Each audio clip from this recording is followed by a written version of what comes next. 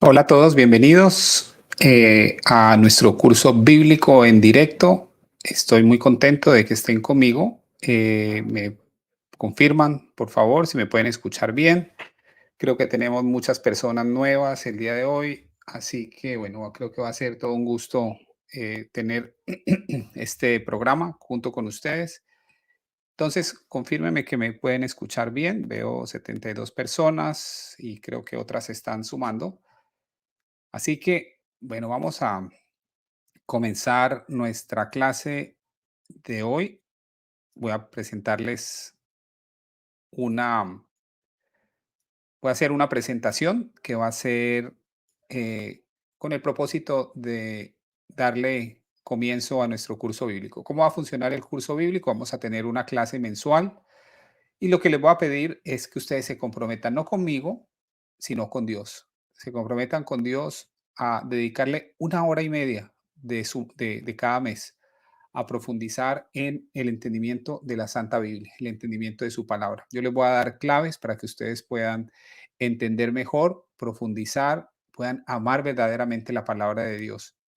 Como dice Santo Tomás, uno no puede amar lo que no conoce, y yo les voy a dar muchas herramientas que les van a permitir amar verdaderamente la Biblia, amar la palabra de Dios, entenderla mucho mejor, y cuando ustedes la entiendan mucho mejor, por supuesto, van a tener la capacidad de amar mucho más la palabra de Dios. Entonces, esa es la idea de este curso que vamos a hacer.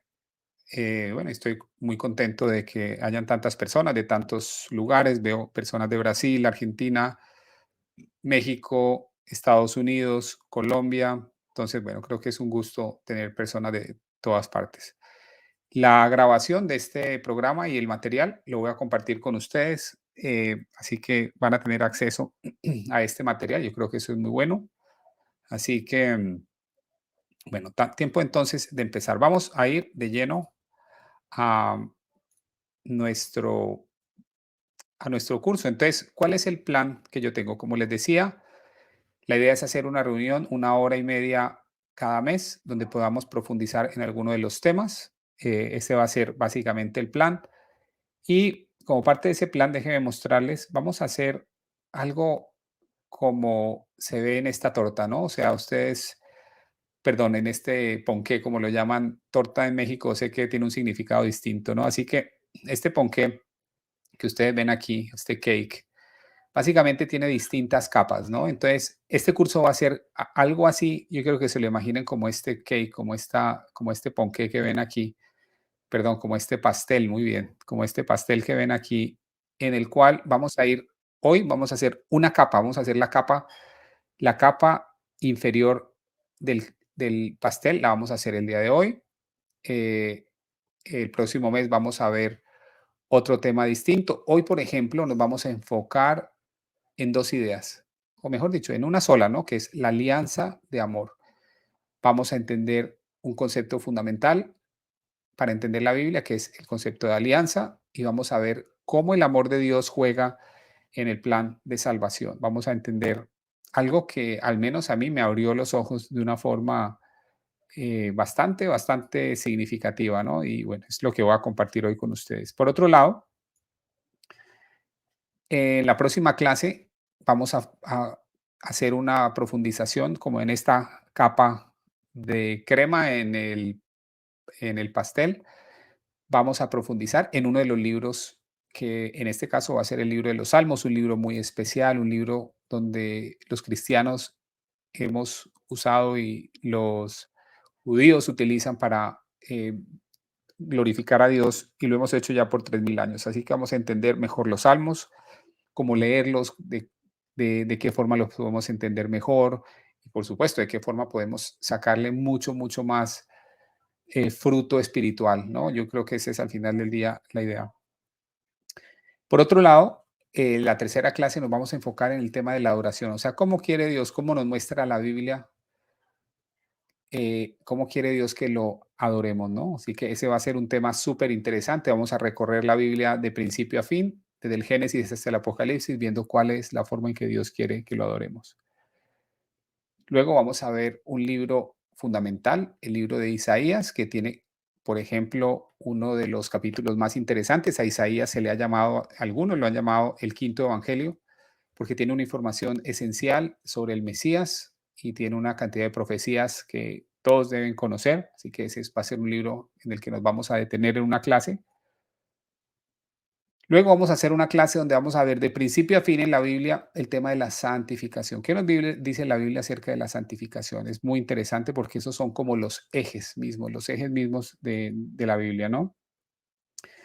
Finalmente vamos a tomar, o antes del final, vamos a tomar una carta que es la carta a los Romanos y vamos a profundizar y ahí vamos a coger todos los temas que hemos visto hasta ese momento y en Romanos todos esos temas van a ampliarse, todos esos temas van a encontrar una expresión en la carta del apóstol Pablo, así que ese va a ser una de las últimas clases y la última es donde vamos a coger todo esto y vamos a ver cómo esto, todo lo que hemos visto en el curso nos permite llegar al misterio mismo de la Eucaristía, a entenderlo profundamente. Vamos a profundizar en algunos elementos de el Antiguo Testamento, algunas profecías, algunos temas que se llaman tipológicos y les voy a explicar a lo largo del curso a qué me refiero con eso. Pero esos son, digamos, ese es como el plan general. Y bueno, cuando terminemos eso, vamos a empezar otro curso con otro tipo de enfoques, con otro tipo de libros, con otro tipo de, vamos a abordar la Biblia de una forma, ¿cómo decirlo así? Por un ángulo completamente distinto, ¿no? Así que la idea es continuamente tener estas clases con el objetivo de darles a ustedes las herramientas para que puedan entender mejor.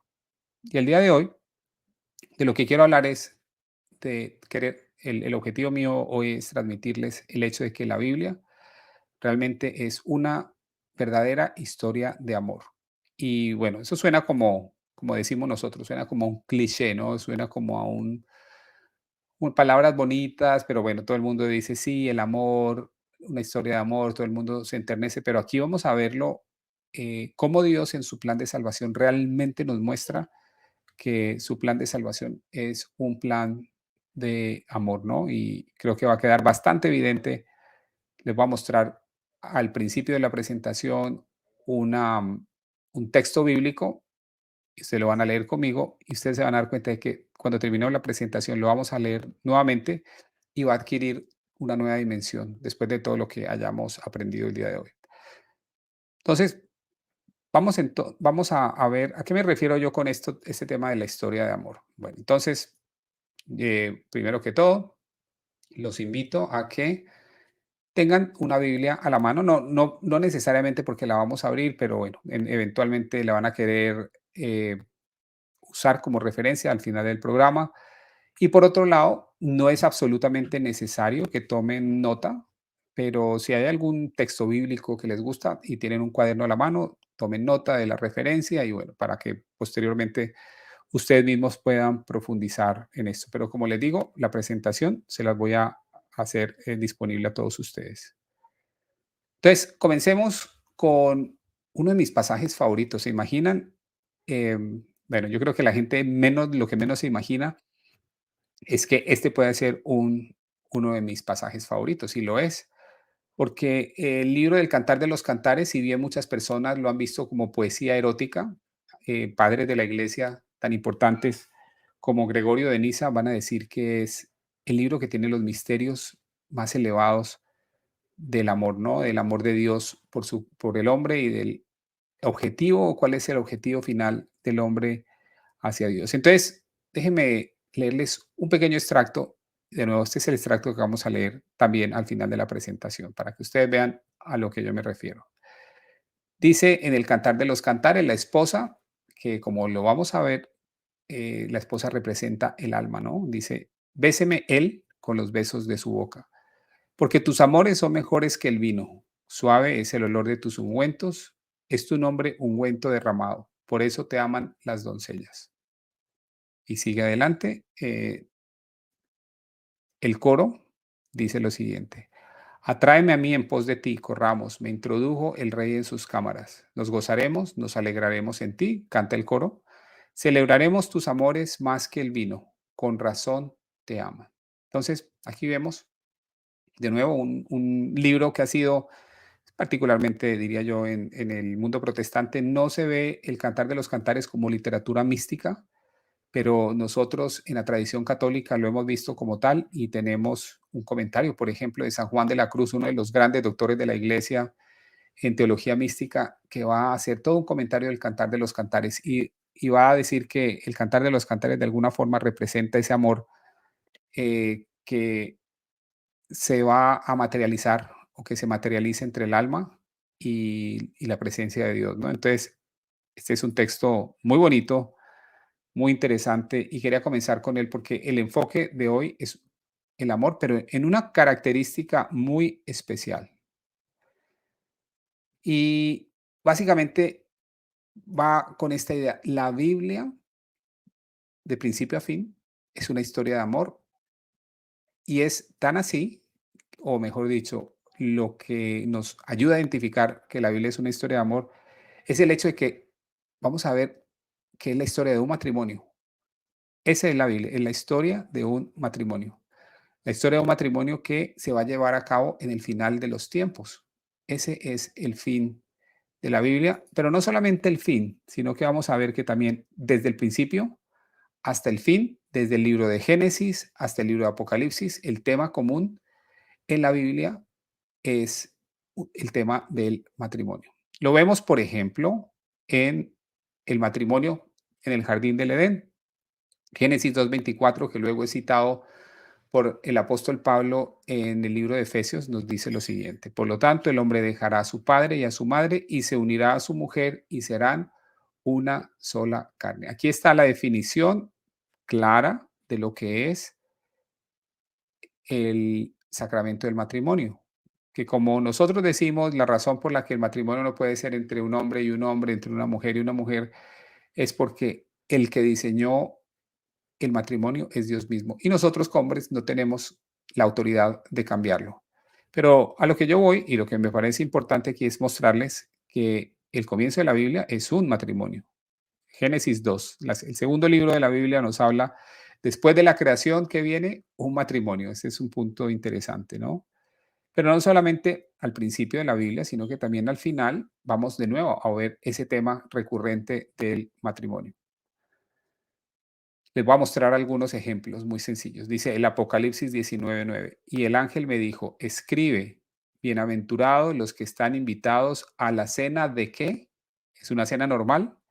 No, es la cena de bodas del Cordero. Recordemos que el Cordero, cuando Juan el Bautista se refiere a Jesús, dice, he ahí el Cordero de Dios que quita el pecado del mundo. Y el Cordero, aparentemente, según el libro del Apocalipsis, viene a invitar, invitarnos a todos a una boda. La pregunta del millón es, ¿cuál es esa boda? ¿Con quién es esa boda?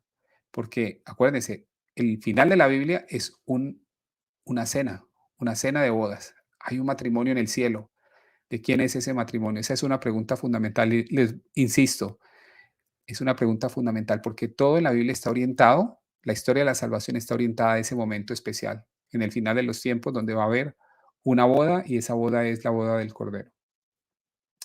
Y vi la ciudad santa, la nueva Jerusalén, que descendía del cielo de Dios, preparada como una novia ataviada para su esposo. Entonces ya empezamos a ver que la novia es la nueva Jerusalén. El apóstol Pablo nos va a hablar de la nueva Jerusalén, el libro de Hebreos, y tenemos que el novio es el Cordero. Y sabemos que Cristo es el Cordero de Dios que quita el pecado del mundo.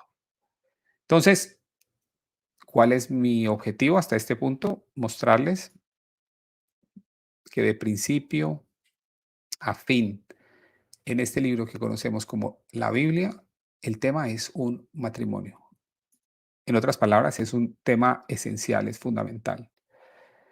Y bueno, la pregunta es eh, ¿por qué podemos concluir que el tema de la boda es un tema fundamental? O sea, ¿hay algún otro elemento que nos permita entender por qué este tema del matrimonio es como un elemento, llamémoslo así, distintivo, un elemento como muy particular, un elemento que hace que la narrativa bíblica pues sea distinta a todo lo demás? O sea, ¿hay algún elemento?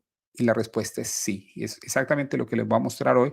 Y para mí, cuando yo comencé hace cerca de 6 años a estudiar la Biblia, cuando salí de la nueva era y quería profundizar, este concepto que les voy a explicar hoy es el concepto que más me ayudó a entender realmente este tema de la Biblia y de la historia de la salvación. Entonces, vamos, aquí, bueno, tengo un ayudante que no esperaba, así que vamos a tenerle un poco de paciencia, ¿no? Bueno, entonces, ¿por qué sabemos que este tema del matrimonio es un tema tan esencial en la historia de la salvación? Bueno, la pregunta, o mejor dicho, la respuesta es que hay una palabra clave que nos va a servir para entender esto mucho mejor, para darle mucho más sentido, para poder conectar los puntos, como decía Steve Jobs. Y esto lo descubrí yo con, digamos, con mucha más claridad al leer el libro de John Bersma llamado La Biblia paso a paso. Este libro, si ustedes están en Estados Unidos y no lo han comprado, lo pueden comprar, me pueden mandar, eh, les puedo poner ahorita un link o al final un link a un sitio donde me llega, yo tengo esos libros, se los puedo mandar, creo que es más o menos 21 o $22 si no estoy mal, pero es un libro fantástico que les va a permitir, si lo tienen, poder complementar todo lo que van a aprender aquí y conmigo a lo largo de este curso. Entonces, si quieren complementar, este es un libro excelente y es aquí, en este libro, donde descubrí este concepto fundamental que les voy a transmitir el día de hoy. Ese concepto es el concepto de alianza o pacto y es un concepto recurrente a lo largo de la historia de la salvación y como les digo, para mí fue o sea, me abrió los ojos algo que yo no entendía. Yo no entendía el concepto de alianza o pacto y si ustedes quieren entender la Biblia, este concepto de alianza o pacto es un concepto absolutamente esencial. Tanto que yo creo que no puede uno entender la Biblia realmente cuál es digamos, el eje de la historia de la salvación, uno no lo puede entender si no entiende esta idea de alianza o pacto. Entonces, es exactamente en eso donde nos vamos a dedicar. 10 minuticos necesito explicarles esto y cuando tengamos un buen fundamento podemos entonces ver eh, en profundidad cómo esa alianza o pacto opera en la historia de la salvación, viendo algunos aspectos de la Biblia y viendo algunas alianzas concretas que Dios establece con el hombre en la historia de la salvación. Entonces, lo primero que les quiero decir es lo siguiente. O sea, el- nosotros conocemos la Biblia como, digamos que tiene una partición entre un Antiguo Testamento y Nuevo Testamento. La palabra testamentum en latín quiere decir alianza o pacto. Entonces, cuando ustedes están hablando del Antiguo Testamento y del Nuevo Testamento, de lo que están haciendo o de lo que están hablando realmente es de que la Biblia tiene dos alianzas, es la historia de Dios de dos alianzas. Una alianza que está en el Antiguo Testamento, que es la antigua alianza, y esa antigua alianza es en preparación de la nueva alianza, que es la alianza que vamos a ver desplegada en el Nuevo Testamento. Entonces, muy importante hasta aquí darse cuenta de que Antiguo Testamento, antigua alianza, Nuevo Testamento se refiere a la nueva alianza. Aquí de nuevo ustedes van dándose cuenta de la importancia que tiene esa palabra, ese concepto de alianza o pacto. Bueno, entonces vamos a darle un recorrido súper rápido a nivel panorámico a la historia de la salvación y cuáles son esas alianzas. La alianza primordial, la que establece Dios con la creación y con el hombre, es la alianza con Adán, que desafortunadamente no termina muy bien por cuenta de la desobediencia de Abraham. Después de la caída, Dios empieza a planear la salvación del hombre y va a hacer un plan por etapas y va a ser un plan que va a tener como eje el tema de las alianzas. Entonces Dios va a establecer una alianza inicialmente con Noé, luego va a establecer una alianza con Abraham, luego va a establecer una alianza con Moisés, luego una con David y en el Nuevo Testamento va a establecer o Jesús viene a establecer lo que se denomina la alianza nueva y eterna. Entonces, aquí nos damos cuenta de que esta es la panorámica. Cuando hablamos del plan de salvación de Dios, ¿A qué nos referimos? A todas esas etapas, a esas alianzas que Dios va estableciendo y que va afianzando para llegar al final y para preparar a un pueblo, que es el pueblo israelita, para poder que en ese pueblo pueda venir el Mesías. Es un pueblo que tiene que purificarse, es un pueblo que tiene que tener cierto nivel de separación con el resto para poder mantener esa separación y de alguna forma poder elevarse para recibir la visita del Mesías, ¿no? Del Hijo de Dios, que es Dios mismo al mismo tiempo. Entonces, ¿cómo se define alianza? O sea, hemos hablado de alianza esto, alianza lo otro. ¿Cómo definimos una alianza? Es muy importante siempre entrar a pesar de que es eh, pareciera algo técnico, es fundamental entender a qué nos referimos con alianza. Entonces, alianza o pacto es lo que establece un vínculo familiar sagrado por medio de un juramento. Entonces, si yo me trasladara al Antiguo Testamento y yo quiero traer a alguien a mi familia, la forma de hacerlo es a través de una alianza y generalmente esa alianza se sella con un juramento. Entonces, eso es el significado de la alianza, un vínculo familiar sagrado por medio de un juramento. Lo primero que se le ocurre a uno es que la alianza es un contrato. Y podemos decir que hay ciertas similitudes con el contrato, mas no necesariamente la alianza se asemeja perfectamente a un contrato, porque en un contrato principalmente lo que sucede es que hay lo que llamamos un intercambio de, digamos, una persona puede venir a mi casa a hacer un trabajo, tiene un contrato y al final, cuando termina, yo le pago, así como está en la imagen, y hasta ahí llega la relación. Ese va a ser un punto importante, que la relación llega a un término cuando se completa el servicio, cuando se hace lo que está establecido en el contrato. Sin embargo, la alianza es distinta en un elemento fundamental. Y es que la alianza, a diferencia de el contrato, no es un intercambio de cosas, no es un intercambio de dinero por algo, sino que es un intercambio de personas. Y esto es muy importante. Cuando yo hablo de la alianza, es que hay un intercambio de personas. Una persona se entrega a la otra y ambos están destinados a entregarse mutuamente. Eso es la alianza. Y si bien esto es un ejemplo un poco fuerte, es el mejor ejemplo que yo les puedo dar. ¿Cuál es la diferencia práctica entre el contrato y una alianza? Este ejemplo lo da Scott Ham, el famoso académico católico que habla de este tema de la alianza. Él dice, mire, una alianza es muy distinta a un contrato. Es tan distinta como lo es la prostitución al matrimonio. En la prostitución, una persona eh, le paga a otra y esa persona una vez le ha prestado lo que la otra persona quiere y desea, en ese momento se termina la relación. O sea, no hay una relación continua, simplemente se hace algo por un intercambio de dinero. Entonces, eso lo podemos ver como el equivalente al contrato. Sin embargo, en el matrimonio lo que hay es un intercambio de personas.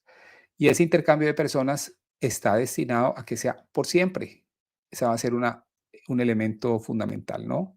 Entonces, esa es una distinción entre el contrato y la alianza. Y como ustedes se dan cuenta, el contrato generalmente es algo temporal, que tiene su duración. La alianza, recuerden esto, es indisoluble, tal como es indisoluble, por ejemplo, el matrimonio, ¿no? Entonces, la alianza es indisoluble y generalmente viene acompañada de un juramento. Ahora, la Biblia, y esto va a ser muy importante para nuestro entendimiento, de cada capítulo de la Biblia, siempre ya de hoy en adelante, yo sé que ustedes van a tener un radar identificando esas palabras o esos elementos que muestran que hay una alianza, ¿no? Entonces, la Biblia nos va a mostrar dos tipos de alianzas. Una alianza, recuerden, la definición de alianza va a ser traer a alguien a la familia de uno por medio de un juramento. Una de esas alianzas o una de esas formas de expresar la alianza es la adopción. La adopción de que generalmente un padre adoptando un hijo. Y ese aspecto de la alianza lo vemos en algunos pasajes. Déjeme mostrarle un par para que ustedes vean esto de forma práctica. En Éxodo 4:22, después de que Moisés tiene el encuentro con Dios, Moisés tiene que ir a Egipto y tiene que decirle al faraón que Dios le ha dicho que los israelitas van a dejar Egipto. En Éxodo 4:22, mire lo que le dice Dios a Moisés. Dice, entonces le dirás al faraón, así dice el Señor, Israel es mi hijo, mi primogénito. Entonces aquí vemos eso, ¿no? Dios desea traer a Israel, al pueblo de Israel, como su hijo. Por lo tanto, en ese momento, ustedes lo van a ver, Dios va a tener que necesariamente establecer una alianza con Israel. Entonces, esto está en Éxodo 42, pero también lo vemos en el Nuevo Testamento, Romanos 8:15, por ejemplo, dice, pues ustedes no han recibido un espíritu de esclavitud para volver otra vez al temor, sino que han recibido un espíritu de adopción como hijos, por el cual clamamos Abba Padre. Entonces, vemos el concepto, esta idea de ser hijos adoptados.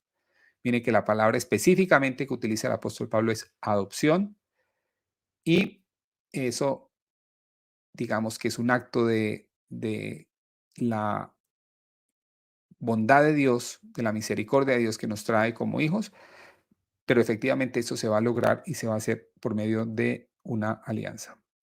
Pero también está el otro aspecto de la alianza, que es el que me interesa especialmente el día de hoy y donde voy a hacer un énfasis especial el día de hoy. Es la alianza, pero ya no como adopción de un padre a hijo, sino como un matrimonio. Ese va a ser el otro aspecto de la alianza. Y recuerden que en la Biblia tenemos distintas alianzas que se van renovando, que van cambiando, van mejorando, pero el objetivo fundamental, y esto tengo que enfatizarlo, el objetivo fundamental de las alianzas es establecer ese matrimonio, el traer el hecho de que Dios quiere traernos a ser parte de su familia por siempre. ¿Y cómo quiere hacernos parte de su familia? Eso es lo que vamos a ver. El argumento es que la Biblia nos va a mostrar que va a ser a través de un matrimonio sagrado. La idea del matrimonio es muy recurrente en los evangelios. Miren este pasaje, por ejemplo, de Mateo 22:2. El reino de los cielos puede compararse a un rey que hizo un banquete de bodas para su hijo. La idea del banquete de bodas. Sabemos que el hijo puede ser, en este caso, Cristo, eh, y el rey, pues obviamente Dios mismo. Pero la idea siempre es esta idea de un banquete de bodas, ¿no? De que al final de los tiempos vamos realmente a asistir a un matrimonio. Mateo, ese es Mateo 22:22, pero también tenemos en Mateo 25:1 la famosísima parábola de las 10 vírgenes, donde dice lo siguiente: entonces, el reino de los cielos, dice Jesús, será semejante a 10 vírgenes que tomando sus lámparas salieron a recibir a quién, a un amigo, a a un padre, no, salieron a recibir al novio. Entonces, de nuevo, el tema recurrente de ese amor de es un amor que se relaciona con esta idea del matrimonio, ¿no? Apocalipsis 21:2 dice, y vi la ciudad santa, este ya lo vimos, la nueva Jerusalén, que descendía del cielo de Dios, preparada como una novia ataviada para su esposo. Entonces aquí vamos dándonos cuenta continuamente el énfasis que tiene el texto bíblico sobre esta idea de matrimonio. Ahora, la pregunta es, bueno, ok, entendido, hay un énfasis en el matrimonio, hay un énfasis en el amor matrimonial, bueno, ¿y quiénes son los que se van a casar? O por lo menos, ¿quién es el novio o el esposo? Y aquí vamos a tener un texto esencial, un texto hermoso, que esta mañana que hacíamos el programa con gente de Europa, una persona decía, mire, estoy en un curso de teología del cuerpo, de la enseñanza de Juan Pablo II sobre la sexualidad, y llevamos toda una semana estudiando este capítulo, ¿no? De Efesios 5, del 25 al 32, ¿no? Entonces, es un pasaje fundamental.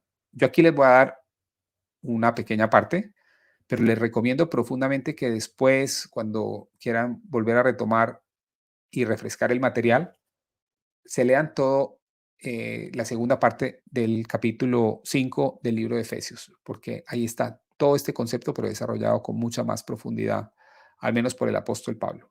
Pero lo que al menos me interesa por el día de hoy, ya que estamos hablando de las alianzas y de la alianza matrimonial, es este, ¿no? Cuando dice el apóstol Pablo, maridos, amen a sus mujeres. Y miren este texto donde nos indica, ¿no? Ese amor de Cristo, Cristo como el novio, como el esposo de la iglesia. Así como Cristo amó a la iglesia y se dio a sí mismo por ella, para santificarla, habiéndola purificado por el lavamiento del agua con la palabra. El agua con la palabra generalmente es una forma técnica de hablar del bautismo, a fin de presentársela a sí mismo una iglesia en toda su gloria, sin que tenga mancha, ni arruga, ni cosa semejante, sino que fuera santa e inmaculada. Entonces, em, aquí tenemos claramente un texto donde nos muestra a Cristo, que Cristo es realmente el novio, Cristo es el esposo que viene a desposar a su novia, que es, aquí vamos viendo, aquí va, empieza a darnos unas ideas, es la iglesia.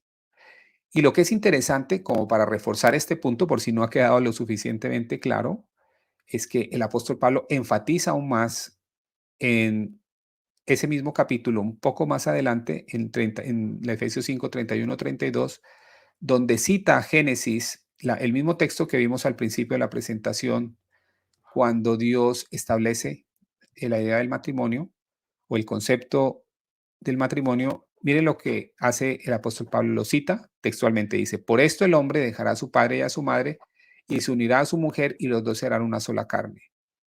Y dice lo siguiente, grande es este misterio, pero hablo con referencia a Cristo y a la iglesia.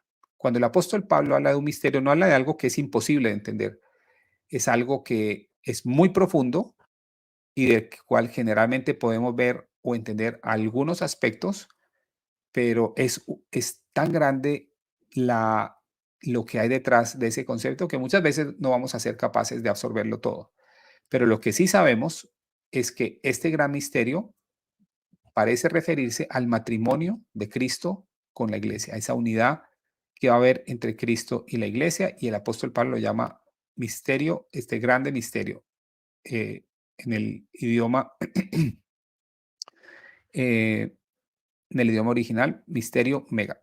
Pero hablo con referencia a Cristo y a la iglesia. Entonces, de nuevo, yo quiero que ustedes se empapen profundamente de este lenguaje matrimonial, de este lenguaje de amor, para que cuando ustedes tomen la Biblia y empiecen a estudiar su Biblia, recuerden esto siempre, la Biblia es una historia de amor, es una historia de amor en la que Dios nos trata de hablar, nos trata de mostrar cuál es el objetivo final. Y es exactamente a eso a lo que yo quiero que ustedes abran los ojos el día de hoy. Porque cuando ustedes entienden eso, cuando ustedes abran la Biblia, se van a dar cuenta de que va a ser un diálogo de amor entre ustedes y Dios. Dios hablándoles a través de las palabras de la Biblia y ustedes en una posición de recepción, de apertura, de entrega completa, ¿no? Entonces, esa es un poco la idea. Ahora, otro punto que me parece fundamental es esta idea de cuando yo estoy leyendo la Biblia, ¿cómo me doy cuenta? ¿Qué indicadores hay de que Dios está hablando o está estableciendo una alianza? Bueno, entonces la respuesta es porque generalmente hay dos elementos propios de la alianza. Uno de ellos, uno de esos elementos es que siempre las alianzas se dan en una montaña. Esto es súper interesante. Y se dan con un mediador. Déjenme, ya que estamos aquí, déjenme ver si les puedo mostrar algo muy rápido en Google Maps, porque ustedes se van a quedar aterrados cuando les muestre esto. Um, un momento.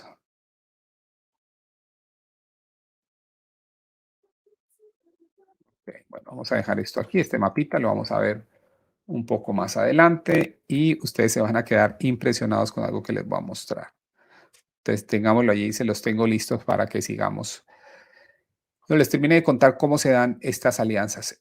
Como les decía, siempre es una montaña, porque una montaña puede ser por el hecho de que en las montañas hay profundo silencio, en la cima no tenemos distracciones, somos nosotros con Dios En la montaña quizá estamos más cerca de las nubes, eso nos da una idea de que estamos cerca del cielo. Eh, en la montaña, digamos, está ese aislamiento, ¿no? Que estamos realmente, de nuevo, completamente solos y a solas con Dios. Entonces puedes hacer una de las razones por las que siempre Dios escoge una montaña para hacer su alianza y siempre va a escoger un mediador. Este va a ser un punto fundamental. Y alguien ayer me ha mandado una pregunta por correo y este tema del mediador es un tema fundamental. No puede haber alianza sin mediador. Y ese mediador no está simplemente haciendo la alianza para él, la está haciendo a nombre de un grupo, a nombre de la humanidad generalmente, o del pueblo de Israel, pero no es algo que hace para sí mismo. Entonces, vamos a empezar a recorrer, y aquí es donde viene el libro que lo hace muy bien, el libro, como decía alguien en los comentarios, el libro del doctor John Bersma, La Biblia paso a paso, hace esto muy bien. Aquí lo voy a hacer en 10 minutos o en 15.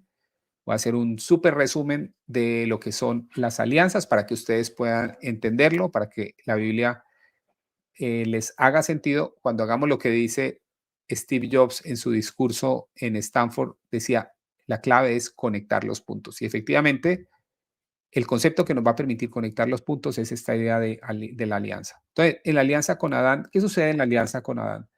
Dios establece una alianza con la creación, Dios se entrega completamente, pone al hombre como el rey prácticamente del jardín del Edén.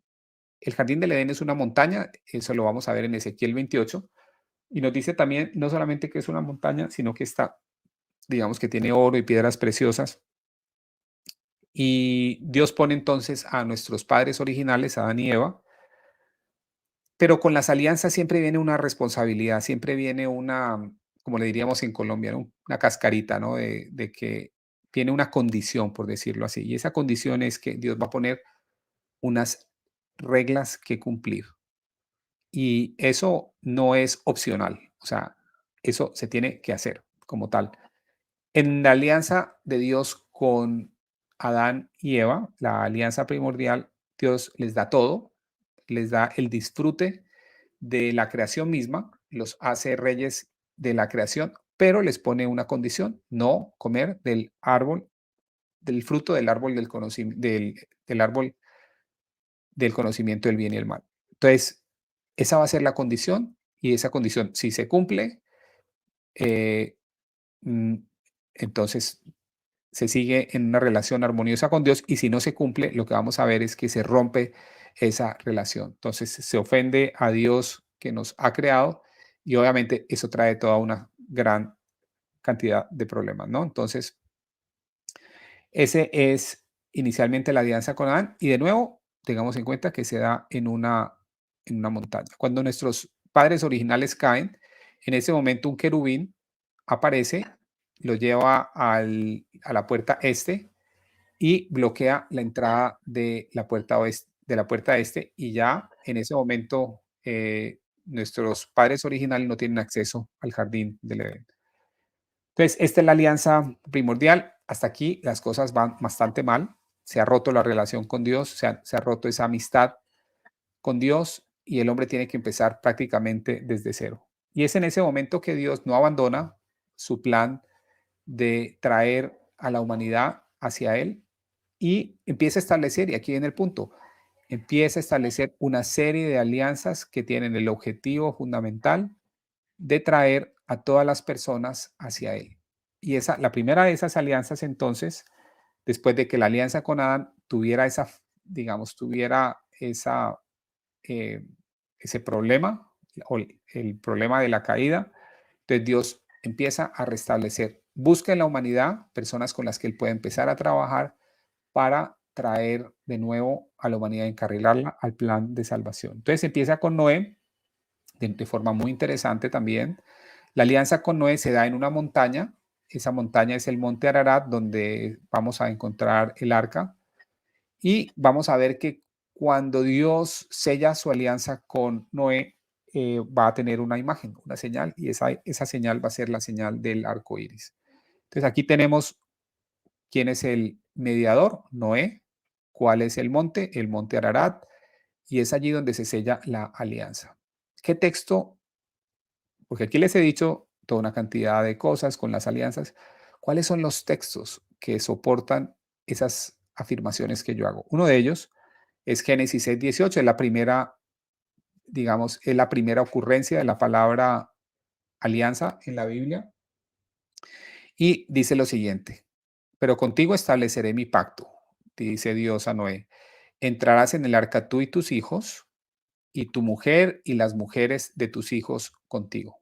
Entonces, no adelantar con Pedro Sánchez, dice Cristo murió en una montaña. Ese punto, ténganlo allí porque vamos a ver la importancia de, ese, de esa afirmación. Entonces, primera ocurrencia en la Biblia de la palabra alianza, que también se traduce como pacto, Génesis 6:18, donde Dios establece su alianza con Noé, que era un hombre justo, nos dice el libro de Génesis, también en el capítulo 6, eh, y es con él con quien Dios decide establecer dicha alianza.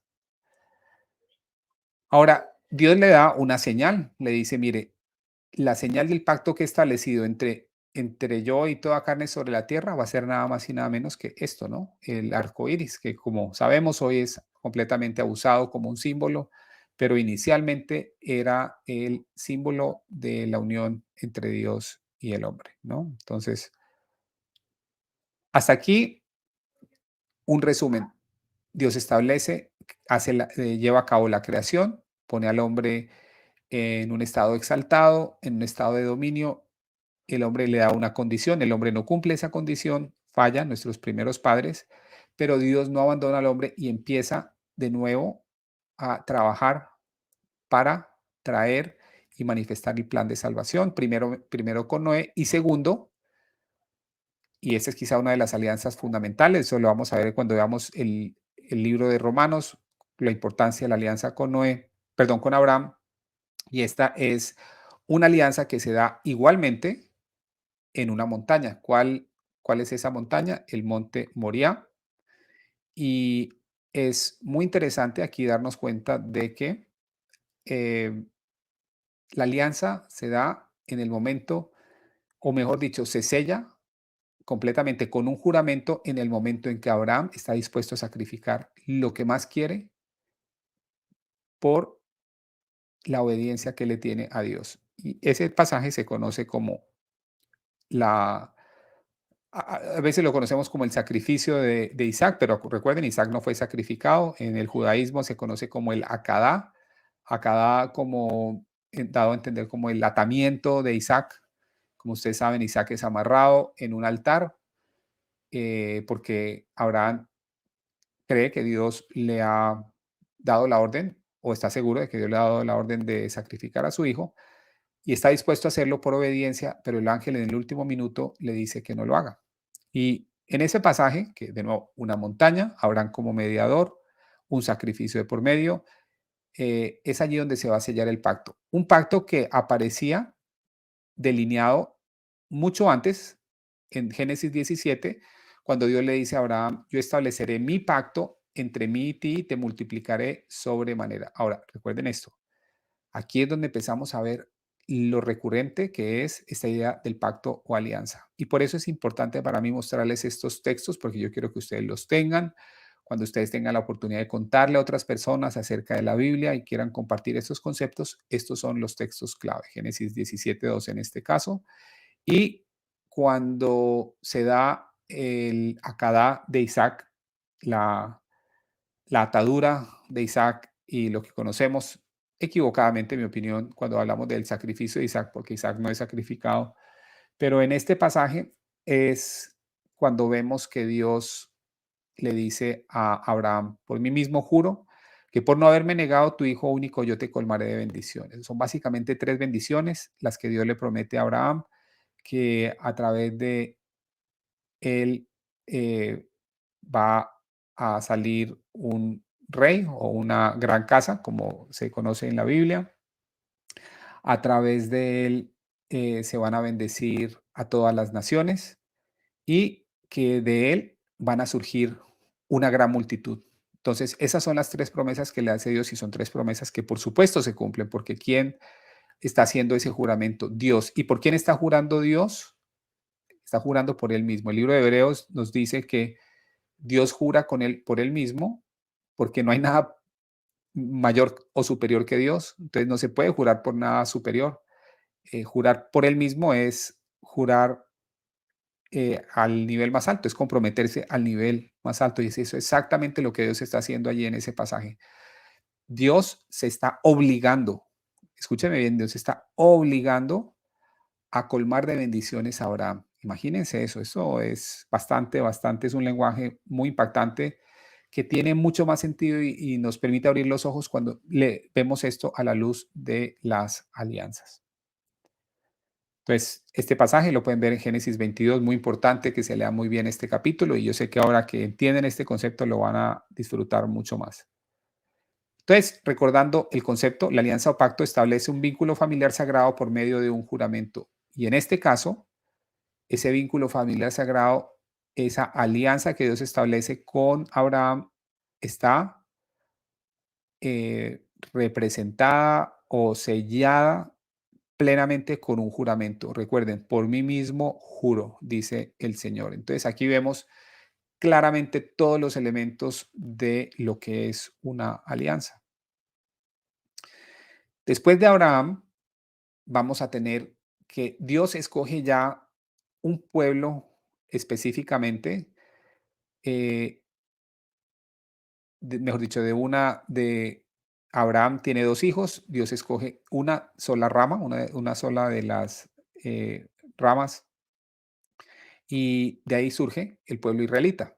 Y el pueblo israelita, en cabeza de Moisés, van a establecer una alianza con Dios. Esa alianza es una alianza que tiene unas características muy importantes, que vamos a explorar algunas de ellas. Y es una alianza que, como siempre, va a ser hecha en un monte, y en este caso el monte Sinaí, y eh, es allí donde Dios va a darle, recuerden, las alianzas siempre vienen con condiciones. ¿Cuál es la condición en este caso? La condición es que se cumplan los 10 mandamientos y luego otros mandamientos que Dios empieza a añadir cuando los israelitas empiezan a ser desobedientes. Dios, como castigo por las transgresiones, Dios les pone y les va metiendo más y más y más leyes. Entonces, esta es la alianza con Moisés. Como les muestro, se da en un monte y Moisés siendo el intermediario. Ahora, ¿cuál es el objetivo? ¿Qué es lo que Dios quiere? Él se lo deja saber a Moisés en Éxodo 19:6, le dice, y seréis para mí un reino de sacerdotes y una nación santa. Eso también lo vemos en la primera de Pedro 2:9. Lo que es interesante, quizás, o lo que todos recordamos del libro de Éxodo y de la narrativa de Moisés, generalmente no nos acordamos de la alianza como tal, porque no nos han enseñado, y de lo que nos acordamos es del milagro, ¿no? De la partición del mar y de los israelitas pasando por el mar y luego cuando vienen los egipcios, el mar volviendo a su cauce y, digamos, aniquilando el ejército egipcio.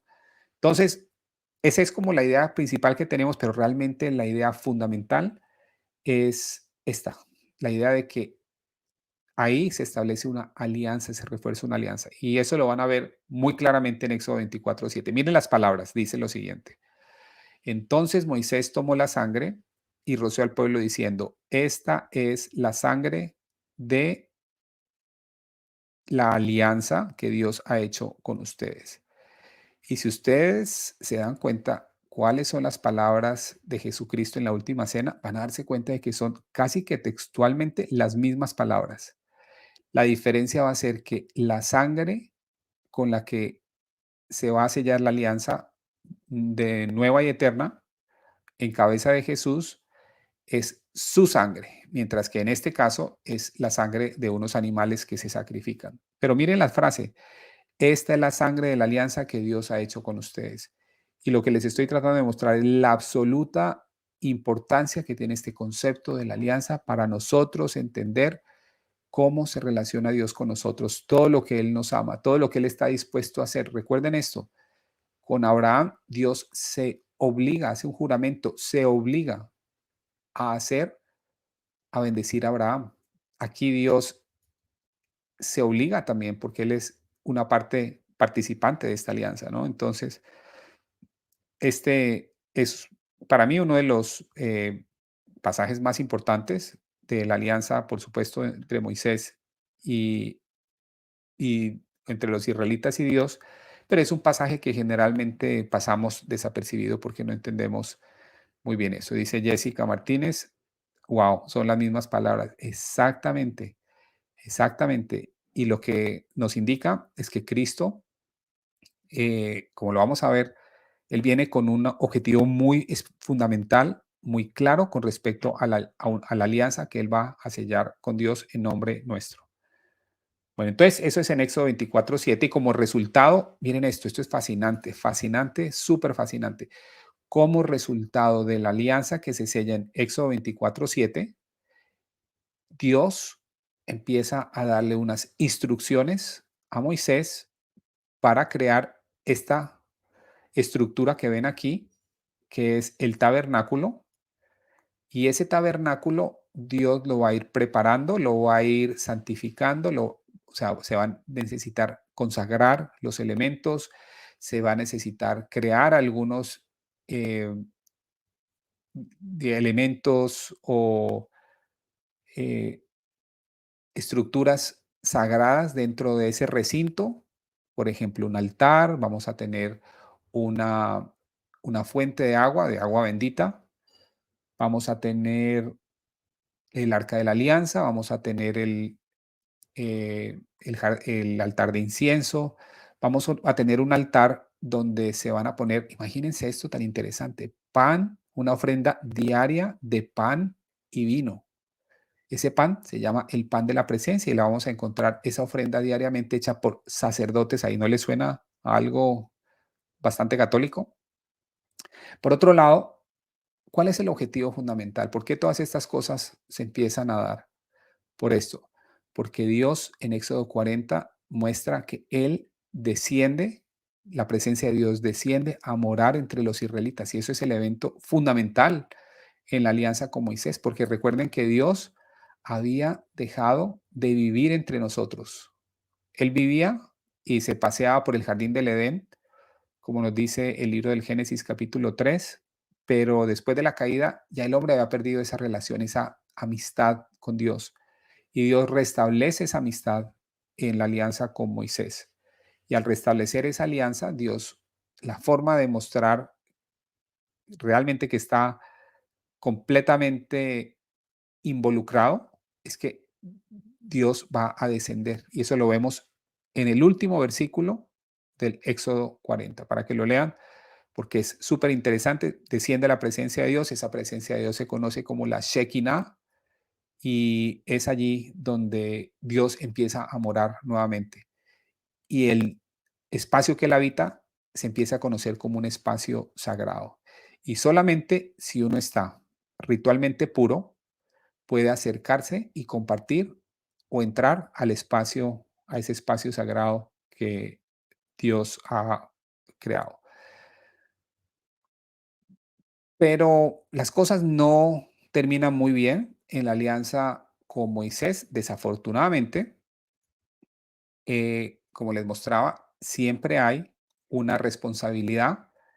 Dios se compromete, Dios jura por sí mismo, pero él que entra en una alianza está obligado a cumplir su parte de la alianza. En este caso, Dios establece en el libro de Deuteronomio capítulo 27 y 28 las condiciones de la alianza. Y no solamente eso, sino que les va a decir que si se incumple la alianza, eso va a disparar unas maldiciones. Es como un contrato que dice, bueno, si usted no cumple esto, entonces esto va a pasar, ¿no? Si usted no paga, entonces le vamos a hipotecar la casa, algo por ese estilo. Es decir, en la alianza, tal como se establece, si no, el pueblo israelita, si no es obediente con Dios, eso va a disparar esas maldiciones.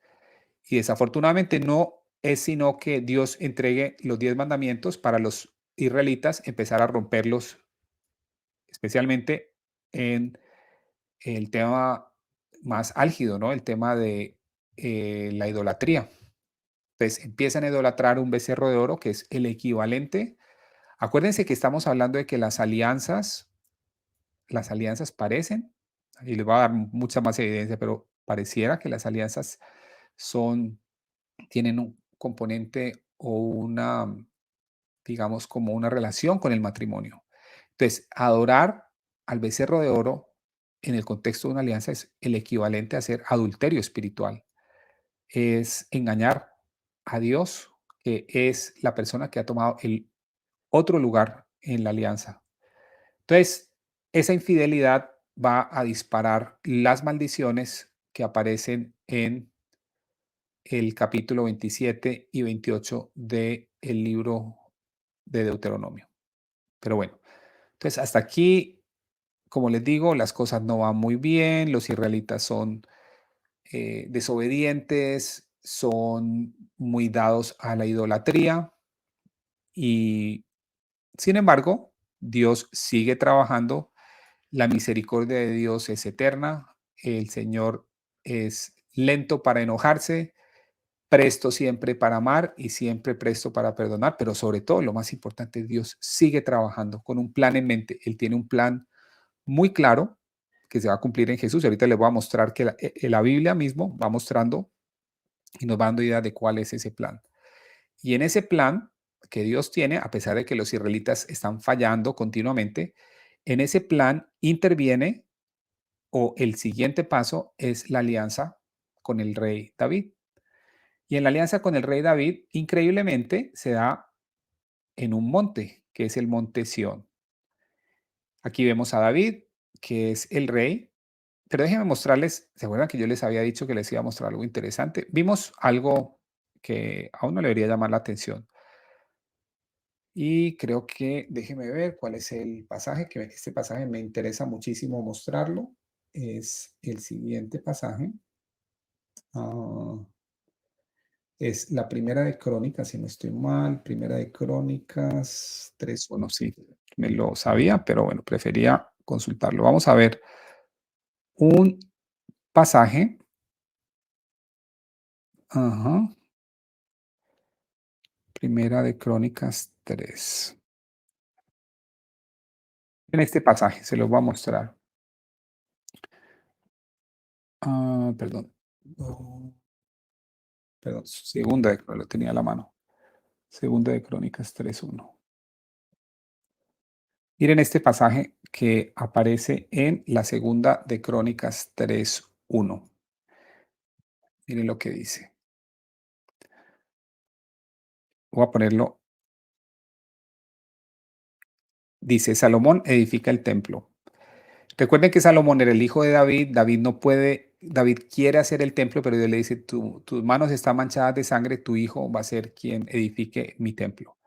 Pero miren que cuando Salomón empieza a edificar el templo, ¿dónde? La pregunta del millón es, ¿dónde van a edificar el templo? Ah, que sí, en Jerusalén. Bueno, ¿en dónde específicamente? Entonces Salomón comenzó a edificar la casa del Señor en Jerusalén, en el monte Moriah, donde el Señor se había aparecido a su padre David, en el lugar que había preparado en la era de Omán Jebuseo.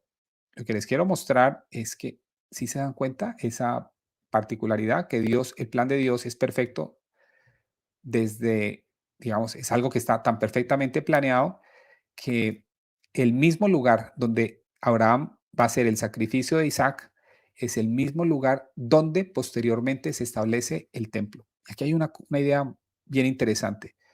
Los sacrificios animales en el templo, ¿por qué son eficaces? ¿Cuál es la eficacia de los sacrificios en el templo?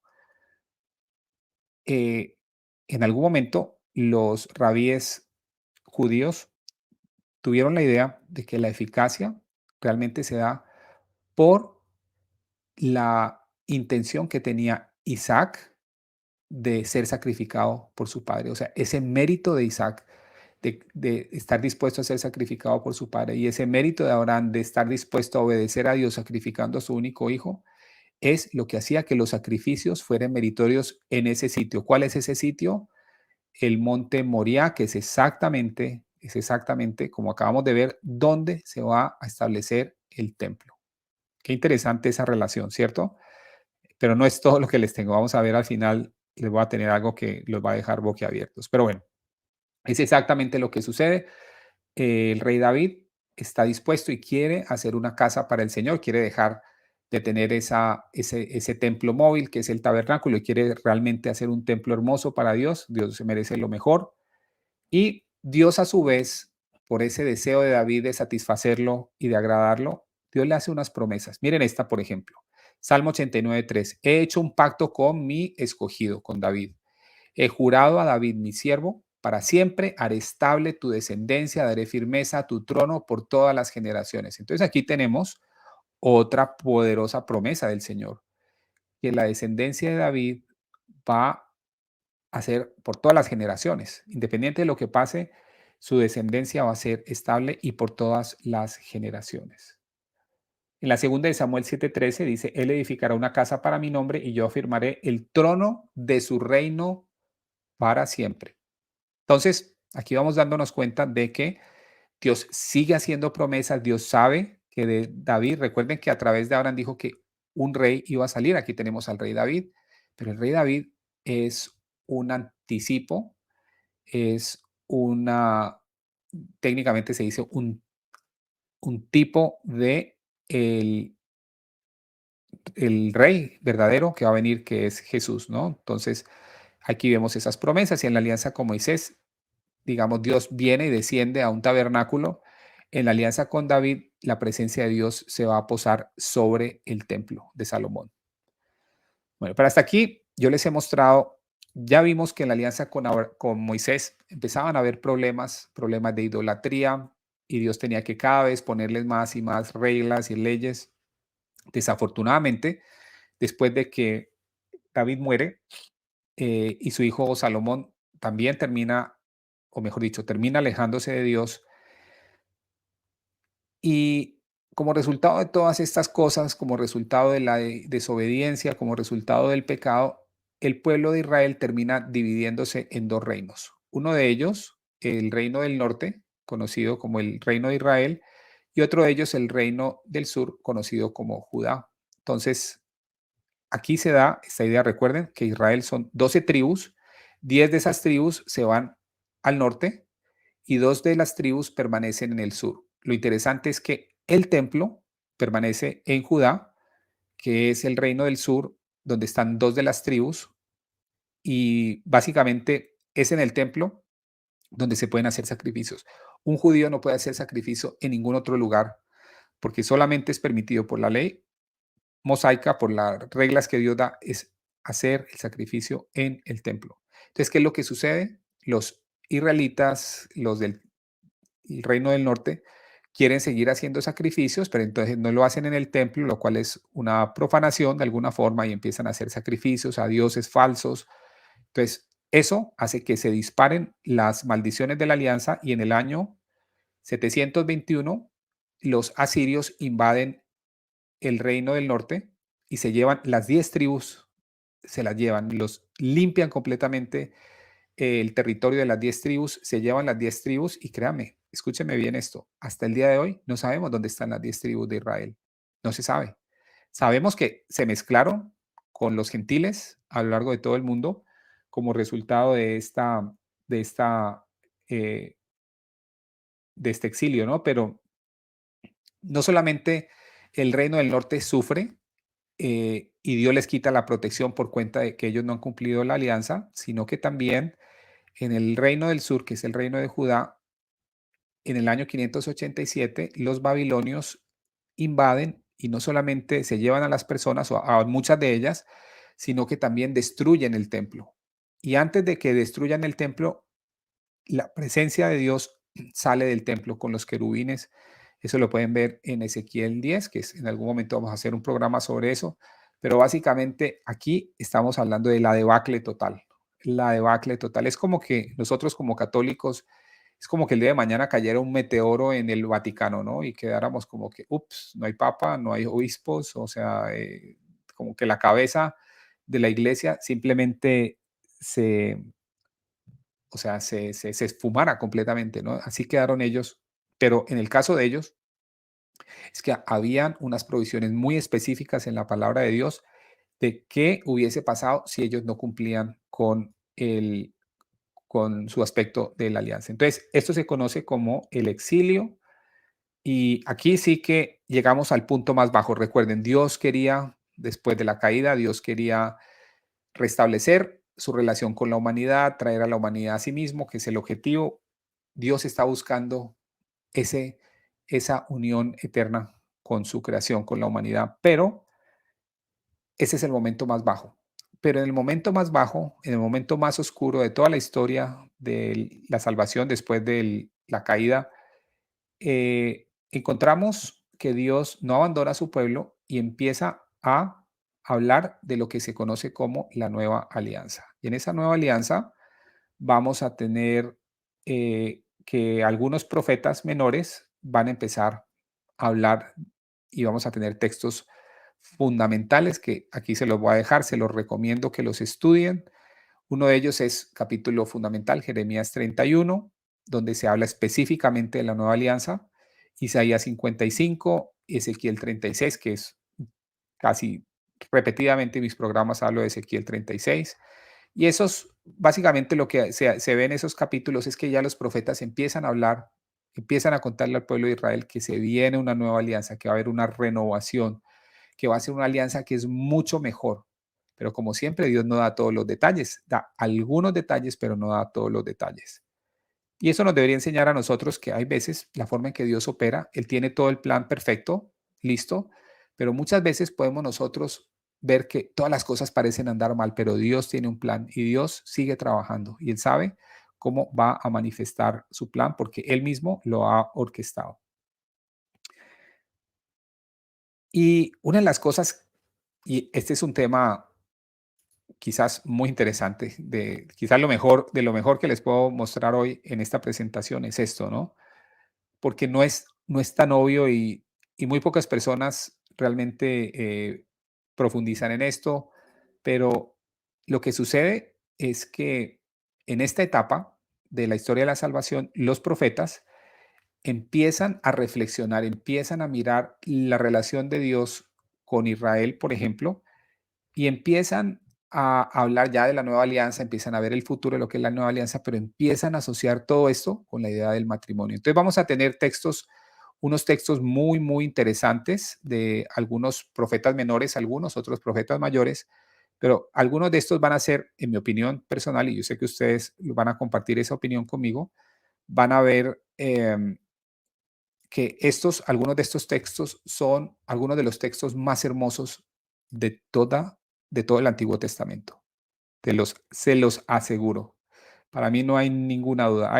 Creo que se me escapa un par que están en Sofonías, pero aquí están algunos de los mejores textos. Miren este, Oseas 2.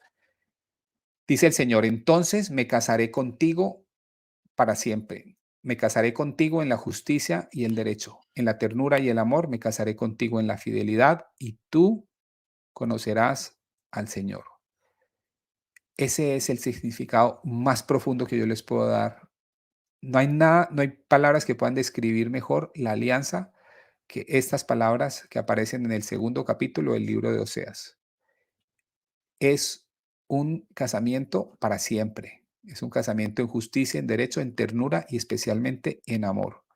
Es un casamiento con fidelidad y es exactamente eso lo que ejemplifica la esencia misma de la alianza. Jeremías 31-32, otro pasaje fundamental. Llegará el día en que estableceré una nueva alianza con la casa de Israel. No será como la alianza que establecí con los padres, con sus padres. ¿Cuál alianza que estableció con sus padres? Pues la acabamos de ver. La alianza que estableció con Noé, con Abraham, la alianza que estableció con Moisés. Pero dice que la nueva alianza no va a ser como esa alianza. El día en que los tomé de la mano para hacerlos salir del país de Egipto. Mi alianza que ellos, los israelitas, rompieron aunque yo era su esposo. Y aquí uno dice, bueno, pero ¿cómo así? Cuando ustedes leen el capítulo del Éxodo, en ningún momento habla eh, de que Dios se, se, se declara a sí mismo como el esposo. Él se declara a sí mismo como un padre, como lo vimos, pero no como esposo. Entonces aquí lo que estamos viendo ya es un desarrollo teológico. Lo que estamos viendo es que los profetas empiezan a reflexionar, a profundizar, a meditar, y Dios les va mostrando. obviamente a través de la palabra profética, por supuesto, que esas alianzas realmente eran alianzas matrimoniales, en las que Dios mismo era el esposo. Eh, Esto es Jeremías 31:32, Isaías 54:5, porque tu esposo, le dice Dios a Israel, es tu hacedor. Y Ezequiel 16:18, que es un capítulo supremamente fuerte donde Dios condena la idolatría de los israelitas y los condena por eso, pero al mismo tiempo, como siempre, ¿no? Dios puede ser un Dios firme y fuerte ante el pecado, que condena el pecado, pero siempre es un Dios misericordioso. Y en ese capítulo, si ustedes van y lo leen, que es un capítulo muy fuerte, ustedes van a darse cuenta de que al final hay un mensaje siempre de amor. Y aquí lo dice Ezequiel 16:8, te hice un juramento, hice una alianza contigo, dice el Señor, y tú fuiste mía. Entonces, en esta frase vemos que la alianza, como yo les he mostrado continuamente, tiene que ver con un juramento y Dios allí dice, alianza, juramento y fuiste mía. Ezequiel 16:8. Entonces, aquí vemos claramente, en mi opinión, y tengo muchos más textos, pero bueno, tenemos un tiempo limitado, llevamos 1 hora 11 minutos. eh, Hay muchos más textos que hablan de esa, digamos, de esa relación entre la alianza y el matrimonio, pero yo creo que a ustedes ya les empieza a quedar mucho más claro y este es el objetivo fundamental para mí el día de hoy, mostrarles este lado o esta forma de leer la Biblia, mostrarles cómo conectar los puntos con con este concepto de la alianza o del pacto y mostrarles que al final del día de lo que estamos hablando en la Biblia es de una historia de amor que el que lleva la iniciativa del principio a fin es Dios mismo, ¿no? Pero lo bonito es que Él nos quiere hacer partícipes completamente de estas alianzas de amor. Eh, Como dice Elena, es la relación de amor y fidelidad. En esa relación de amor y fidelidad, qué hermoso, de santificación en el amor de Dios. Dios nos ama tanto, efectivamente. Entonces, viene la pregunta, los profetas empiezan a hablar de una nueva alianza. La pregunta es, ¿cómo va Dios a restablecer su alianza? Bueno, entonces la respuesta es que para eso vamos a ver el mismo, digamos, la misma fórmula de siempre. Para Dios restablecer la alianza, la nueva alianza, vamos a reconocer la nueva alianza porque va a tener, primero, una montaña, segundo, un mediador, pero además vamos a tener un sacrificio. Ese sacrificio va a ser un sacrificio perfecto. Recuerden que cuando Juan el Bautista ve a Jesús, dice, ese es el Cordero de Dios que quita el pecado del mundo. Entonces, ese Cordero de Dios va a ser el sacrificio perfecto. Cristo va a ser el mediador entre nosotros y la humanidad, porque Cristo tiene una naturaleza humana, pero también tiene una naturaleza divina. Es decir, es Dios mismo, porque Él es 100% Dios, pero al mismo tiempo Él es 100% hombre. Ese es el misterio de lo que se conoce como la unión hipostática, y por eso mismo Él nos puede representar, porque es 100% humano, pero su sacrificio es infinitamente valioso. ¿Por qué? Porque Él es 100% divino. Y esto va a suceder en una montaña. El profeta Isaías lo anticipa cuando dice, Dios nos revela que el siervo es el que va a hacer todo eso. He aquí mi siervo a quien sostengo, mi escogido, en el que se complace mi alma, sobre él he puesto mi espíritu y él será legislador de las naciones. Y en Isaías 42:6 dice que Dios mismo, yo Yahweh, te he llamado en justicia, te he tomado de la mano y te he guardado y te he puesto para que seas alianza con mi pueblo y luz de las naciones. Aquí viene un concepto interesantísimo, ¿no? A nadie se le ocurriría, y este es un texto difícil para los que lo interpretan, porque digamos que un contrato puede ser, digamos, una alianza, puede ser una promesa, puede ser un juramento, pero una persona, ¿cómo puede ser una persona una alianza? O sea, es como un poco extraño, ¿no? Ese concepto de que una persona se va a convertir en alianza, pero es exactamente lo que está diciendo Isaías 42:6. Y te he puesto para que tú seas alianza con mi pueblo. O sea, una persona va a convertirse en la alianza. ¿Y quién es esa persona? Cristo. Eso, de nuevo, lo vemos, lo anticipa, lo prefigura Isaías 42:6. Entonces, hasta aquí, de nuevo, una visión panorámica. Tenemos las alianzas del Antiguo Testamento, algunas de ellas no van tan bien, pero Dios siempre tiene un fin en mente, la providencia, todo lo organiza, incluso en los momentos en los que todo parece perdido, Dios está siempre en control. Y aquí tenemos que después de estas alianzas, Dios, y después de que los profetas nos hablan de la nueva alianza, entonces el pueblo judío, de alguna forma, está preparado en cierto sentido, porque se ha elevado, se ha, digamos, separado del resto de las naciones para aceptar o para recibir esa, digamos, a Jesús, que es aquel que va a sellar la nueva alianza, que es la alianza nueva y perfecta. No lo podemos encontrar mejor descrito que en Mateo 25:28, cuando dice Jesús en la última cena: esta es mi sangre, sangre de la alianza nueva y eterna, que será derramada por vosotros y por muchos para el perdón de los pecados. Entonces aquí tenemos a Jesús actuando como un sacerdote, el sumo sacerdote, ofreciendo un sacrificio perfecto. Él es el Cordero de Dios, es el sacrificio perfecto donde va a ofrecer su vida misma para el perdón de los pecados. Entonces, ¿cómo va a sellar? De la misma forma que se selló la alianza de Moisés, con sangre. Y el vino, a través de la transustanciación, se va a convertir en sangre. Y esa sangre va a ser de la misma forma que en Éxodo 24:7 teníamos el hecho de que se sellaba la alianza, de la misma forma se va a sellar la alianza, esta alianza nueva y perfecta, ¿no? Entonces, Cristo viene también con el propósito de desposar a la novia, y eso lo vemos claramente en algunos textos. Miren este, por ejemplo, Mateo 9:15 dice: los amigos del esposo no pueden estar tristes mientras él está con ellos. Llegará el momento en que el esposo les será quitado y entonces ayudarán. Entonces, Cristo mismo se ve como el esposo. Y en la cruz, en el Gólgota, Cristo exclama: consumado está. Y algunos padres de la iglesia van a decir: ese consumado está me suena como a consumar un matrimonio. Entonces es como que si ese sacrificio de Cristo realmente fuera la consumación de ese matrimonio. Y luego tenemos como les digo, que Cristo viene a establecer una nueva alianza y Él nos deja la Eucaristía. Esa Eucaristía realmente es una forma de compartir con Él íntimamente, ¿no? Como el esposo divino.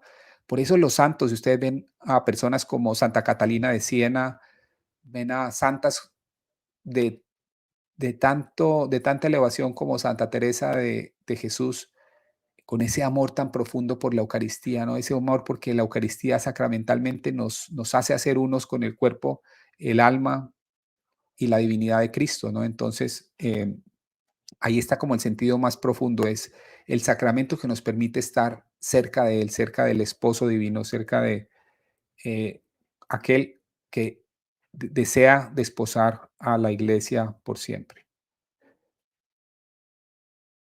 Algo interesante, muy interesante, que les quiero mostrar es esto, miren. ¿Dónde se da la alianza? Vimos que todas las alianzas tienen que darse primero, una tiene que hacerse en una montaña, segundo tiene que ser un mediador. Sabemos que Cristo es el mediador de la alianza nueva y eterna, y Él, al tener una naturaleza 100% humana, al ser 100% humano, puede representarnos a nosotros los hombres, pero al ser 100% divino, su ofrenda es de infinito valor. Pero miren esto, ¿por qué se da en el Monte Calvario? ¿Por qué ese sacrificio o esa alianza se sella de alguna forma en el consumado está que él dice en el Monte Calvario? Miren esto, y esta es de las cosas que más me impactan. Recuerden, la providencia divina hace todo perfecto. Y es tan perfecto el plan de Dios que si yo les muestro este mapa, este es un mapa de Jerusalén, y en ese mapa de Jerusalén, aquí está Jerusalén, mírenlo, eh, y en ese mapa de Jerusalén, si yo me acerco en el mapa, me voy acercando, ¿y qué es lo que empiezo a ver? Temple Mount. ¿Dónde está Temple Mount? Ok. Cuando me acerco en el mapa, veo eh, algo muy interesante. Miren esto. Esta es lo que se conocía como el Monte Sión y es aquí donde se estableció en este punto, exactamente donde estoy moviendo aquí el cursor, es donde se cree que Abraham ofreció a Isaac. Ese es el Monte Moría. El Monte Moría que veíamos en la alianza con Abraham es este, exactamente, es este punto. Pero es este punto también donde, de acuerdo a la segunda de Crónicas 3:1, es donde el rey Salomón estableció el templo, que es donde se sella y donde se habla de de la alianza con David. Pero al mismo tiempo es en este mismo sitio físico, a menos de 1 kilómetro, miren lo que tenemos aquí. Aquí tenemos la mezquita de Al-Aqsa, que es, digamos, un punto de tensión con los musulmanes, que allí tienen un sitio sagrado también, pero a una distancia muy cercana tenemos la iglesia del Santo Sepulcro, que es donde se cree que se crucificó a Cristo. Entonces, lo que les quiero decir es que esas tres alianzas, tres de las alianzas que hemos visto, la alianza con Abraham, la alianza con David y la alianza nueva y perfecta con Jesucristo, se consuman, se sellan en el mismo sitio físico, en un sitio, en una distancia muy, muy cercana en la cima del monte Moria. Entonces, eso es algo que me parece muy interesante y no quería dejar de comentárselo. Así que eso es el Monte Calvario. Y aquí tenemos algo que es algo en lo que debemos meditar profundamente. Cristo es el mediador de la alianza nueva y perfecta, pero no solamente es el mediador, él es también la víctima. En la alianza con Moisés veíamos que Moisés era el mediador, pero la víctima eran los animales que sacrificaban. No, aquí la víctima es el mediador. Pero no solamente Cristo es la víctima, él también, al instituir las cenas, la última cena, él actúa allí como sumo sacerdote. Pero no solamente es un mediador, no solamente la víctima, no solamente es el sacerdote, sino que Cristo también es el esposo que viene a consumar el matrimonio divino o anticipar ese matrimonio divino que se va a consumar plenamente y definitivamente en el final de los tiempos. Y ese es esa historia de amor. Sabemos que de Cristo, de su costado sale agua y sangre.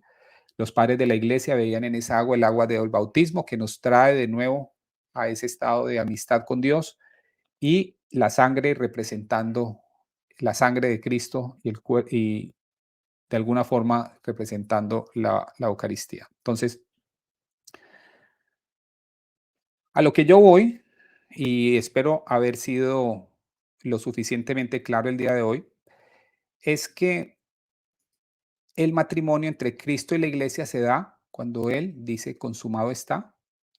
Obviamente, la finalización de ese matrimonio se va a dar en el nuevo cielo y en la nueva tierra en el final de los tiempos, pero hay algo muy interesante y es que Dios en su inmensa sabiduría nos ha regalado el sacramento del matrimonio.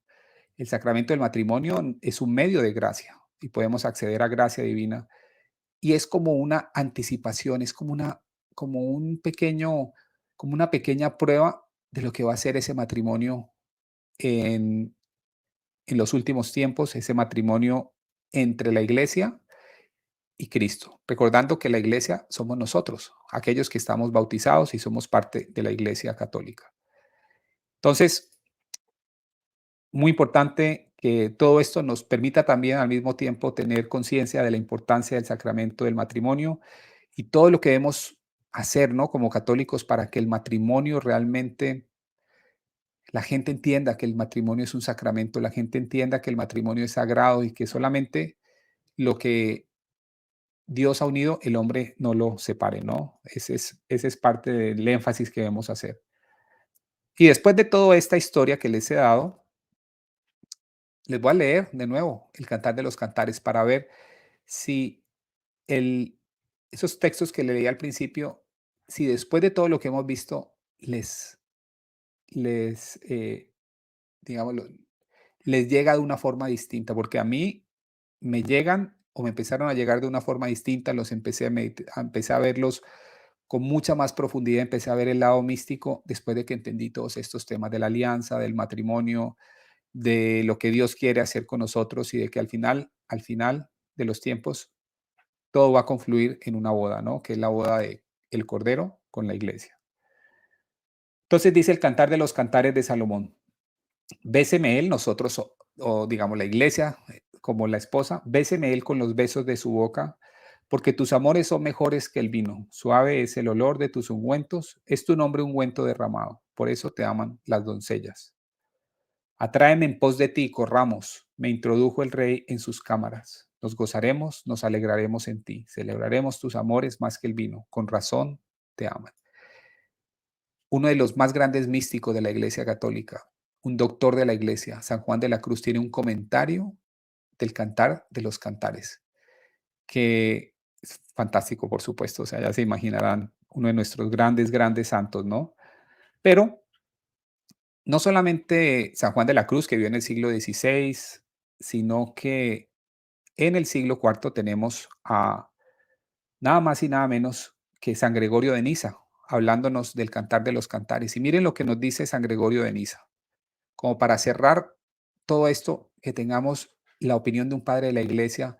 San Gregorio de Niza, para los que no saben, es uno de los teólogos más importantes de la iglesia en el tema de la Trinidad. Él articula la doctrina de la Trinidad.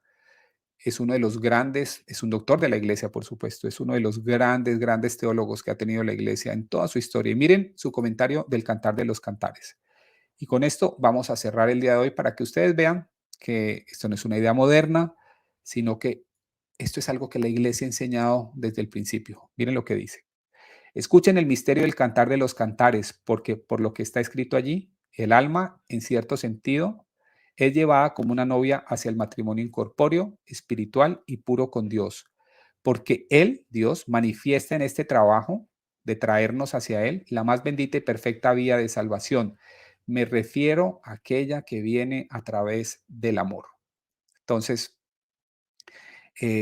eso es al final del día, ¿no? Lo que nosotros, detrás de lo que nosotros estamos y lo que representa nuestra fe católica es un camino de amor. Es un camino que aparentemente es de sacrificio, es un camino de entrega, pero es lo que tienen que hacer los que están, eh, los que a los que Dios ha decidido otorgarnos la gracia y empezar poco a poco a limpiar nuestro corazón de egoísmo y abrir nuestro corazón para amarlo verdaderamente. Es eso lo que debemos hacer, ¿no? Es ese sendero del amor y es esperar, tener claro cuál es nuestra meta y tener claro que muchas veces, a pesar de que pueda parecer que todas las cosas van mal, recuerden, Dios tiene su plan y su plan es perfecto y su plan no va a fallar. Y ese plan, para que lo tengamos siempre en mente, es que al final de los tiempos va a haber una boda. Esa boda vamos a participar nosotros, porque somos miembros de la iglesia, porque estamos bautizados y porque queremos y nos esmeramos en mantenernos en un estado de gracia. Y eso es lo que debemos hacer. Pero no solamente quedarnos con esto, sino también transmitirle a otras personas la belleza que es la Biblia, que es un mensaje de amor, es un mensaje es un mensaje profundo. Hay que aprender a leerla y es exactamente lo que vamos a hacer en estas sesiones. Vamos a buscar cómo profundizar en la Biblia. Y ustedes saben, lo único que les pido es dediquémosle a Dios 1 hora y media al mes para profundizar en su palabra, para aprender mucho mejor, conocer mejor la palabra de Dios. Y con esto ustedes van a no solamente a beneficiarse ustedes mismos, sino que van a poder compartirle a otros la belleza que es la Biblia. Los protestantes no tienen esta enseñanza. Esta enseñanza viene porque tenemos una profunda tradición mística en la Iglesia Católica que nos ayuda a entender y a profundizar en estos textos. Entonces, bueno, eso es lo que tenía para todos ustedes el día de hoy. Les agradezco muchísimo que hayan estado conectados. El material que compartí hoy con ustedes lo voy a mandar por correo electrónico con un link a este video para que cuando ustedes quieran escucharlo nuevamente, Si quieren compartirlo, compártanlo, está perfecto, no tengo ningún problema. No voy a hacerlo público, pero si ustedes quieren compartirlo, está bien, no tengo ningún problema, pero no va a ser público. No quiero que este video sea público por lo pronto, porque creo que es mucho mejor que juntos estudiemos estos temas y bueno, lo que vamos a hacer en nuestra próxima clase va a dejar un poquito más de tiempo para preguntas y respuestas, pero hoy quería dedicárselo todo el tiempo al tema, a este tema, ¿no? A profundizar en este tema de las alianzas de esta forma. Bueno, y eso es todo por hoy. Les agradezco muchísimo que hayan estado conmigo. Creo que ha sido una clase muy, muy, muy buena, provechosa. Veo que están contentos muchas personas y bueno, me alegra muchísimo que les haya servido y que la escuchen muchas veces porque efectivamente eso es lo que nos va a permitir profundizar en la palabra de Dios y amar la Biblia, que es la palabra de Dios revelada. Así que muchas gracias a todos, que Dios los bendiga y por favor no se olviden de ir a misa mañana y de amar los sacramentos que son un regalo infinito de Dios para todos nosotros. Así que muchas gracias y nos vemos, a los que quieran verme en mi canal, nos vemos sin duda la semana que viene. Muchas gracias.